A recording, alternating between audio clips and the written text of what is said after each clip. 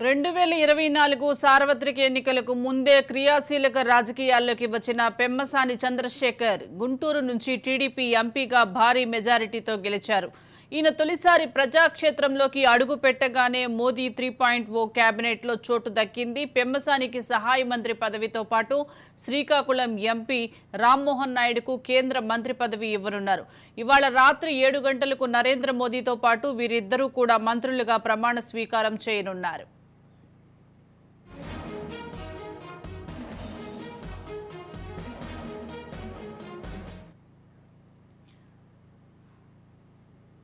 పెమ్మసాని తొలిసారిగా ఎంపీగా గెలవగానే కేంద్ర సహాయ మంత్రి పదవి దక్కించుకుని అందరినీ ఆశ్చర్యానికి గురిచేశారు. గుంటూరు జిల్లా బుర్రెపాలెం నుంచి సాధారణ వైద్యుడిగా అమెరికాకు వెళ్లిన ఆయన అనతి కాలంలోనే అంతర్జాతీయ స్థాయిలో గుర్తింపు తెచ్చుకున్నారు.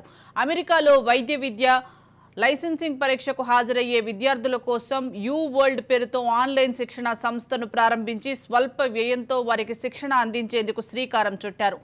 ఈ సంస్థ తర్వాత వివిధ కోర్సుల్లో పరీక్షలకు ఆన్లైన్ శిక్షణ ఇస్తూ అతి కొద్ది కాలంలోనే వేల కోట్ల రూపాయలకు ఎదిగింది.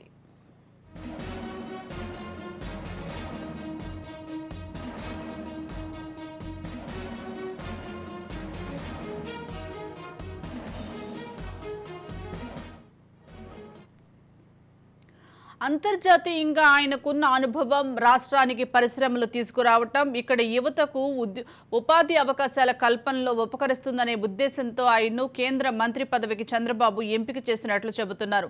కేబినెట్ ఎంపికలో తొలుత 10 స్థానాల కన్నా ఎక్కువ చోట్ల గెలిచిన పార్టీలకు ప్రాతినిధ్యం కల్పిస్తున్నారని, ఈ నేపథ్యంలో టీడీపీకి తొలుత 2 మంత్రి పదవులు ఇస్తున్నట్లు సమాచారం.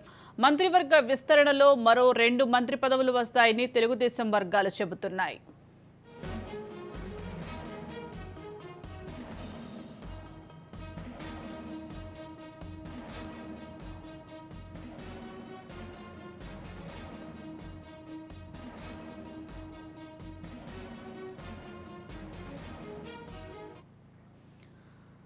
గుంటూరు జిల్లా తెనాలి మండలం బుర్రెపాలెంలో పెమ్మసాని చంద్రశేఖర్ జన్మించారు. ఇతని వయసు 47 సంవత్సరాలు కాగా ఎంబీబీఎస్ ఎండీ పూర్తి చేశారు. పెమ్మసాని తల్లిదండ్రులు సువర్చల సాంబశివరావు కాగా భార్య పేరు డాక్టర్ శ్రీరత్న. ఇతనికి ఒక కుమారుడు, కుమార్తె ఉన్నారు. చంద్రశేఖర్ తండ్రి సాంబశివరావు తెలుగుదేశం పార్టీ ఆవిర్భావం నుంచి పార్టీ కార్యక్రమాల్లో చురుగ్గా పాల్గొన్నారు. వ్యాపార రీత్యా నరసరావుపేటలో స్థిరపడ్డారు. మాధురి, సాంబయ్యగా నరసరావుపేట ప్రాంతవాసులకు సుపరిచితులు. చంద్రశేఖర్ ఎంసెట్లో 27వ ర్యాంకు సాధించి ఉస్మానియా మెడికల్ కళాశాలలో ఎంబీబీఎస్ సీటు సాధించారు.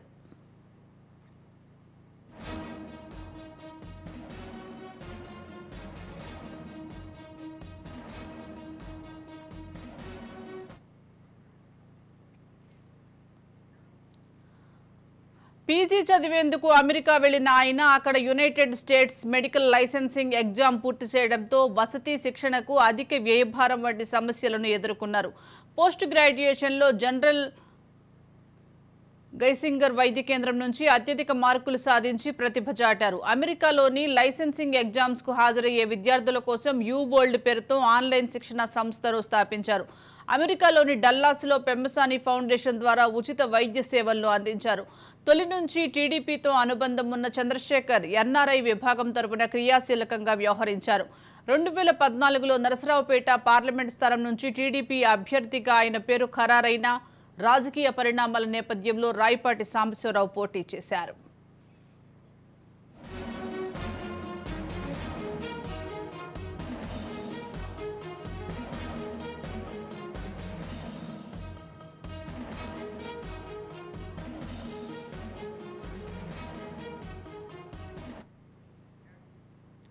దీనికి సంబంధించి మరింత సమాచారం మా ప్రతినిధి రమేష్ లైవ్ ద్వారా అందిస్తారు.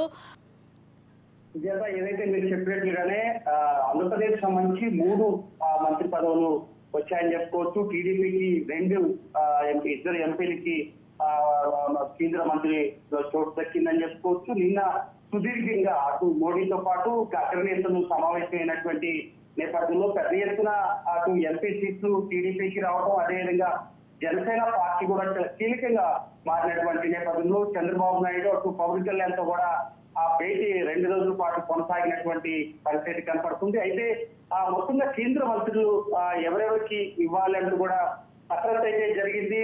ఆ క్యాస్ట్ ఈక్వేషన్స్ ప్రకారం అటు రామ్మోహన్ నాయుడు ఇప్పటికే 3 సార్లు శ్రీకాకుళం గెలిచినటువంటి నేపథ్యంలో సుదీర్ఘ రాజకీయ కుటుంబం కలిగినటువంటి రామ్మోహన్ నాయుడు, అదేవిధంగా అమరావతికి సంబంధించి కూడా ఆయన పార్లమెంటు ఆయన లేవనెత్తినటువంటి అంశాలు కూడా ఆయనకి కలిసి వచ్చిందని చెప్పుకోవచ్చు. అదేవిధంగా ఏదైనా బుర్రిపాలెంకి సంబంధించినటువంటి పెమ్మసాని చంద్రశేఖర్ రాష్ట్ర రాజకీయాల్లోనే ఒక కీలక నేతగా ఉన్నటువంటి పరిస్థితి. ఆయన అఫిడవిట్లో ఎంపీ అఫిడవిట్లో ఇచ్చినటువంటి నేపథ్యంలో ధనవంతుడుగా పేరు పొందినటువంటి పరిస్థితి కనపడింది. తొలిసారి ఎంపీగా గెలిచి కేంద్ర మంత్రిలో చోటు దక్కడం ఎంతో అదృష్టం అని చెప్పుకోవచ్చు. అయితే ఇక పూర్తి స్థాయిలో మోడీ అటు అందరికి కూడా ఇందుకి ఆహ్వానించాడు. ఈ రోజు సాయంత్రం మోదీతో పాటు కేంద్ర మంత్రులుగా ప్రమాణ స్వీకారం చేస్తున్నారు. అదేవిధంగా బీజేపీకి సంబంధించినటువంటి నరసాపురం శ్రీనివాస వర్మకు కూడా అవకాశం కల్పించారు. ఆయన బీజేపీ మొదటి నుండి పార్టీని నమ్ముకొని ఉన్నటువంటి శక్తి, చాలా సీనియర్ గా ఉన్నటువంటి నేపథ్యంలో వర్మకు కూడా కేంద్ర మంత్రిలో చోటు దక్కింది. అటు తెలంగాణకు సంబంధించి కూడా అటు బండి సంజయ్, అదేవిధంగా కిషన్ రెడ్డి ఆల్రెడీ మంత్రిగా ఉన్నటువంటి నేపథ్యంలో ఆయన్ని కంటిన్యూ చేస్తూ బండి సంజయ్ కూడా అవకాశం కల్పించినటువంటి పరిస్థితి కనపడుతుంది. అయితే ఇద్దరు తెలంగాణ, 3 ఆంధ్రప్రదేశ్ సంబంధించినటువంటి అవకాశం కల్పించారు. అదేవిధంగా పెమ్మసాని చంద్రశేఖర్కి ఇస్తారా, లావు శ్రీకృష్ణదేవరాయలకి ఇస్తారని ఒక ఉత్కంఠ నెలకొన్నటువంటి నేపథ్యంలో ఎటకేలకు ఇద్దరు టీడీపీ నుంచి అవకాశం కల్పించింది. ఒకటి కమ్మ సామాజిక వర్గం, మరొకరు బీసీ సామాజిక వర్గానికి కేంద్ర మంత్రులుగా అవకాశం కల్పించింది. అయితే రానున్నటువంటి రోజుల్లో అమరావతి సంబంధించినటువంటి అనేక అంశాలు, విభజన చట్టంలో ఉన్నటువంటి అనేక అంశాలు కూడా వీరిద్దరు కేంద్ర మంత్రులుగా ఆంధ్రప్రదేశ్ రావాల్సినటువంటి అనేక అంశాలపైన కూడా మాట్లాడేటువంటి అవకాశం కనపడుతుంది. ఎందుకంటే ఇద్దరు కూడా చదువుకున్న వ్యక్తులు. అదేవిధంగా రామ్మోహన్ నాయుడు కూడా 3 సార్లు, మరి 2 సార్లు పార్లమెంటు గెలిచినటువంటి నేపథ్యంలో 3వ గెలిచి కూడా మరి అటు కేంద్ర అగ్రనేతలతో కూడా చాలా సన్నిహితంగా ఉంటాడు. అదేవిధంగా చిరంజీవి ఏదైతే మరి చంద్రబాబు ఫ్యామిలీకి అత్యంత సన్నిహితుడు. ఏదైతే మరి లోకేష్ కూడా యువగలం పాదయాత్ర చేసినటువంటి సమయాల్లో కూడా మరి రామ్మోహన్ నాయుడు గురించి మాట్లాడినటువంటి మాటలు కూడా మనం ఒకసారి గుర్తు తెచ్చుకోవచ్చు. ఆయన పార్టీ కమిట్మెంట్ గా పనిచేస్తాడు. యువ నాయకుడిగా ఉన్నటువంటి నేపథ్యంలో చిన్న వయసులో కూడా మరి కేంద్ర మంత్రి తనకి దక్కిందంటే ఒక అదృష్టంగా భావించవచ్చు. అయితే అటు బీజేపీకి కేటాయించారు, ఎందుకంటే పురంధేశ్వరికి అవకాశం కల్పిస్తారన్నప్పుడు. ఎందుకంటే గతంలో కూడా పురంధేశ్వరి కేంద్ర మంత్రివర్గంలో పనిచేశారు. అటు కాంగ్రెస్ పార్టీలో ఉన్నప్పుడు కేంద్ర మంత్రివర్గంలో పనిచేసినటువంటి నేపథ్యంలో ప్రస్తుతం ఆమె రాష్ట్ర అధ్యక్షుడిగా ఉన్నటువంటి బీజేపీ అధ్యక్షుడిగా ఉన్నటువంటి నేపథ్యంలో ఆమెకి అవకాశం లేనటువంటి పరిస్థితి.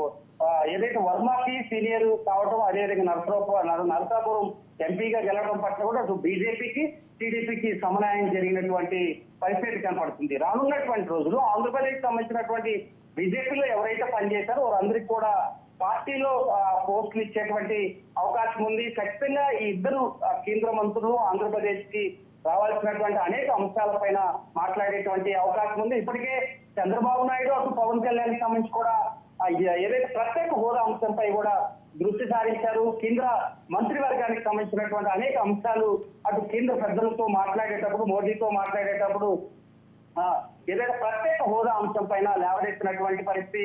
ప్రత్యేక హోదా ఇవ్వాలంటూ కూడా కొంత రిక్వెస్ట్ చేసినటువంటి నేపథ్యంలో ఖచ్చితంగా ఆంధ్రప్రదేశ్ కి ప్రత్యేక హోదా ఇస్తే మరో రాష్ట్రానికి కూడా ఇవ్వాల్సి ఉంది కాబట్టి గతంలో కూడా ప్రామిస్ చేసినటువంటి నేపథ్యంలో దీనిపైన కూడా కొంత కసరత్తు జరిగేటువంటి అవకాశం ఉంది.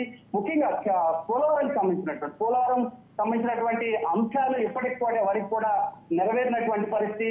అటు చంద్రబాబు 60% 70% పూర్తి చేశాను అన్నప్పటికీ అటు వైసీపీ ప్రభుత్వం వచ్చిన తర్వాత కూడా 5 ఏళ్ల కాలం కూడా పూర్తిగా కాలయాపన చేసినప్పటికీ పోలవరం ఇంతవరకు కూడా పూర్తిగా ఉన్నటువంటి పరిస్థితి కనపడింది. ఖచ్చితంగా ఆంధ్రప్రదేశ్ కి కొంత మంచి రోజులు వచ్చాయని చెప్పుకోవచ్చు సుజాత. ఎందుకంటే అటు కేంద్ర బీజేపీకి సరైన మ్యాజిక్ రాకపోవడం, అటు టీడీపీ అవసరం, అటు జనసేన అవసరం ఖచ్చితంగా ఉన్నప్పటికీ కూడా రానున్నటువంటి రోజులు ఆంధ్రప్రదేశ్ కి అమరావతి రాజధాని డెవలప్మెంట్ విషయంలో కానీ పోలవరం సంబంధించినటువంటి అంశం కానీ అటు ప్రత్యేక హోదా అంశం ద్వారా కొంత నెరవేరేటువంటి అవకాశం ఎక్కువగా కనపడుతున్నాయి. ఎందుకంటే బీజేపీ చాలా అనుకూలంగా వ్యవహరిస్తుంది.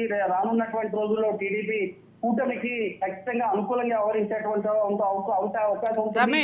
అదేవిధంగా కొత్త రాజధాని ఇటు పెమ్మసాని చంద్రశేఖర్, ఇటు రామ్మోహన్ నాయుడు కాకుండా టీడీపీ నుంచి ఇంకా ఎవరెవరికి కేంద్ర మంత్రి పదవులు దక్కే అవకాశం ఉందంటారు?